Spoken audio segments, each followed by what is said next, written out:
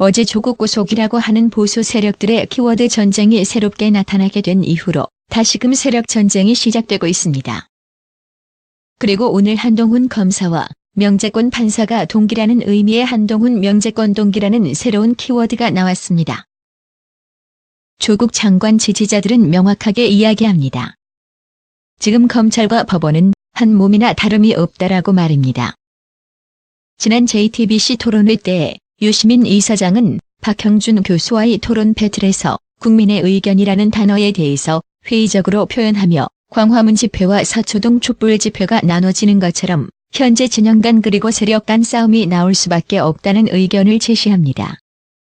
그렇기에 지금은 조국 장관을 지지하는 사람들과 반대하는 사람들로 우리나라가 어느 정도는 나눠졌다고 볼 수 있습니다. 조국 장관 지지자들이 말하는 것처럼 검찰과 법원이 한 몸인지 아닌지는 정확히 알 수는 없지만 조국 장관과 관련한 압수수색만 2달 정도의 시간 동안 70건이 넘는 것을 보면 분명히 영장을 내주는 것이 다른 안건보다는 분명히 유연한 것을 볼 수 있습니다. 즉 한동훈 명재권 동기라는 키워드가 의미하는 것처럼 명재권 판사와 같은 판사들이 영장을 쉽게 내주는 것에 대해서 조국 장관 지지자들은 기치를 높이 들고 있는 것입니다. 최근 들어서 검찰과 법무부가 경쟁적으로 인권 친화적으로 검찰의 권력들을 하나둘 내려놓고 있습니다.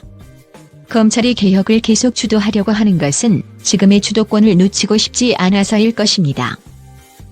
그들이 놓고 싶지 않은 권한은 분명히 있습니다.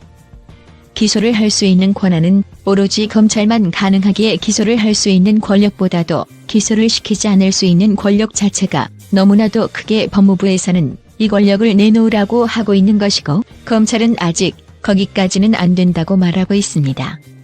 검찰은 조국 장관을 놓아주지 못하고 있고 법무부 또한 검찰의 권력을 어떻게든 치려고 하는 모습이 눈에 확연히 보이고 있기도 합니다.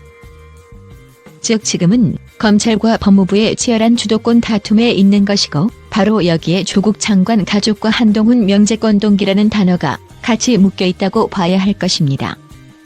아직 검찰의 개혁은 시작도 못하고 있는 것이 맞으며 조국 장관의 지리한 가족 문제 또한 마찬가지입니다. 그리고 여기에 한동훈 명재권 동기라고 하는 새로운 키워드를 통해서 조국 장관과 법무부의 힘을 더해주려고 하는 사람들, 조국 사퇴라는 이름으로 내일 한글날에 모이려고 하는 사람들이 모여서 장대한 세력 싸움을 하고 있습니다. 그렇게 오늘도 우리나라는 민주주의 국가답게 자신들이 신봉하는 혹은 지지하는 세력을 위해서 많은 사람들이 광장에 모여서 일전을 준비하고 있습니다. 이렇게 한동훈 검사와 명재권 판사가 힘을 합친다는 가정하에 재미있는 그림이 하나 나올 것 같습니다. 이에 검찰은 지난 4일 조모 씨에게 특정경제범죄 가중처벌법상 배임과 배임 소재, 증거인멸교사 등 혐의를 적용해 구속영장을 청구했었습니다. 이유로는 학교 공사대금과 관련한 허위 소송을 벌여 웅동학원에 손해를 끼친 혐의와 이 웅동학원은 1996년 웅동중학교 신축 공사를 발주했고 조모 씨가 대표로 있던 고려시티 개발이 공사에 참여했고 조모 씨는 공사대금 16억 원을 달라며 2006년과 2017년 웅동학원을 상대로 소송을 내 52억 원 지급 판결을 받았던 전적이 있다고 합니다. 그런데 한편으로는 저번에 명재권 판사는 조국 법무부 장관의 일가가 투자한 사모펀드의 영장을 기각했다고 합니다. 이렇게 조국 일가의 사모펀드 의혹에 대해 영장을 기각한 명재권 부장판사는 아래와 같이 말했습니다. 피의자가 사실관계를 대체로 인정하고 있는 점, 범행에서 피의자의 관여 정도 및 역할 등을 고려하면 현 단계에서 구속 사유와 필요성, 상당성을 인정하기 어렵다.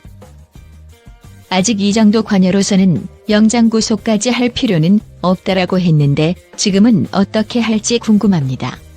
이렇게 명재권 검사가 기각한 구속영장은 조국 법무부 장관 일가가 투자한 사모펀드의 운용사와 투자사 대표에 대한 구속영장이었다고 합니다. 이 의혹으로는 사모펀드 운용사인 코랭크 피해가 WFM과 웰스 CNT를 합병해 우회 상장 방식으로 시세 차익을 냈다는 의혹 말입니다. 특히 웰스 CNT는 조 장관 일가의 투자 이후 각종 관공서에서 수주를 얻어 매출액이 크게 증가한 것이 조국 법무부 장관의 영향력이 있었을 것이라는 의혹 말입니다. 또한 한동훈 검사의 동기인 명재권 판사는 김태한 삼성바이오 대표에 대한 회계 조작 사건과 관련해서 검찰의 구속영장을 기각시킨 인물이기도 합니다. 이유로는 명재권 판사는 김태한 대표가 도주 인멸의 우려가 적고 법정에서 다툼의 여지가 있다는 이유로 영장을 기각시켰다고 합니다. 그리고 추가적으로 삼성바이오 회계 조작 사건과 관련된 다른 피고인 2명에 대한 영장마저도 기각시켜버리는 위험을 보여줍니다. 그렇지만 이런 한동훈 검사의 동기인 명재권 부장판사는 지난 양승태 전 대법원장의 구속영장을 발부시킨 인물이기도 합니다. 이런 한동훈 검사의 동기로 불리는 명재권 판사는 1967년 충남 서천 출신이며 서울대 부설고등학교, 서울대 법학과를 나와 1995년 사법고시를 합격했다고 합니다. 또한 사법연수원 27기로 자신이 영장을 발부한 양승태 대법원장보다 25년 늦게 수료했다고도 합니다. 이런 명재권 검사는 1998년 검사에 임용돼 2009년까지 약 12년 동안 검사 생활을 하다 같은 해 판사가 됐고 첫 부임지는 수원지법이라고 합니다. 이런 한동훈 검사의 동기인 명재권 판사는 2009년 판사 생활을 시작했고 주로 일선 법원에서 재판 업무를 맡았는데 이어 서울고법, 서울중앙지법, 창원지법 등을 거쳐 지난해 2월부터 서울중앙지법 형사2 단독 재판부를 맡았다고 합니다. 그러다가 명재권 검사는 지난해 8월 영장전담 재판부로 옮겼고 영장전담 부장판사가 되며 서울중앙지법 영장전담 판사는 수년 감유지해온 3인 체제에서 4인 체제로 바뀌는 계기가 됐다고 합니다. 명재권 판사는 대법원이나 법원 행정처 근무 경력이 없어 과거의 핵심 정치 재계 인물과 인연이 없다는 점에서 영장전담 판사로 발령받았다고 하는데 이번에 한동훈 검사와 동기라고 하지만 한 번쯤은 믿어볼만 할 것 같습니다. 그런 의미에서 잘 처신하라는 사람들이 한동훈 명재권 동기라는 키워드를 올리고 있는 것으로 판단됩니다. 그리고 다시금 나온 인물이죠. 한동훈 반부패 부장검사 말입니다. 전에도 말한 적이 있지만 한동훈 검사는 여검사 성폭행을 한 진동균 검사의 매형으로 장인은 전직 고위급 검사 출신의 법조인이고 스스로는 윤석열 현 검찰총장의 오른팔이자 신복이라고 합니다. 그런데 이런 한동훈 검사의 네트워크에 명재권 판사가 동기라는 입장이 있는데 반기를 들까요?